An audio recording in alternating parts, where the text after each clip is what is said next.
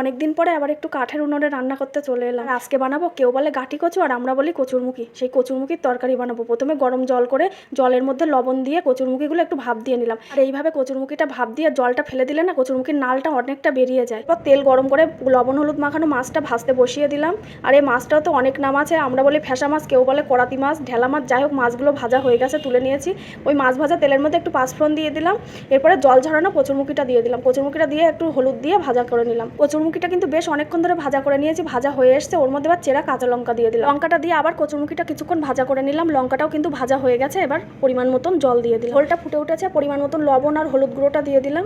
এরপরে ভাজা মাছগুলো দিয়ে দিলাম। এবার একটু ঢাকা চাপা দিয়ে মাছগুলো দিয়ে তরকারিটা একটু ফুটিয়ে নেবো। বেশ অনেকদিন পরে এই আঁচটাই রান্না করছে। এই আঁচটা না ছাদে থাকে আমার রান্নার জন্য, অনেকদিন পরে রান্না করছে। আর আঁচটা না কি সুন্দর জ্বলছে, রান্না করতেও বেশ মজা লাগছে। এরপর তরকারির মধ্যে একটা ভাজা মশলা দিয়ে দিলাম। জিরে, ধনে আর গোলমরিচ শুকনো খোলায় ভেজে গুঁড়ো করা তরকারিটা হয়ে গেছে, এবার নামিয়ে দিলাম।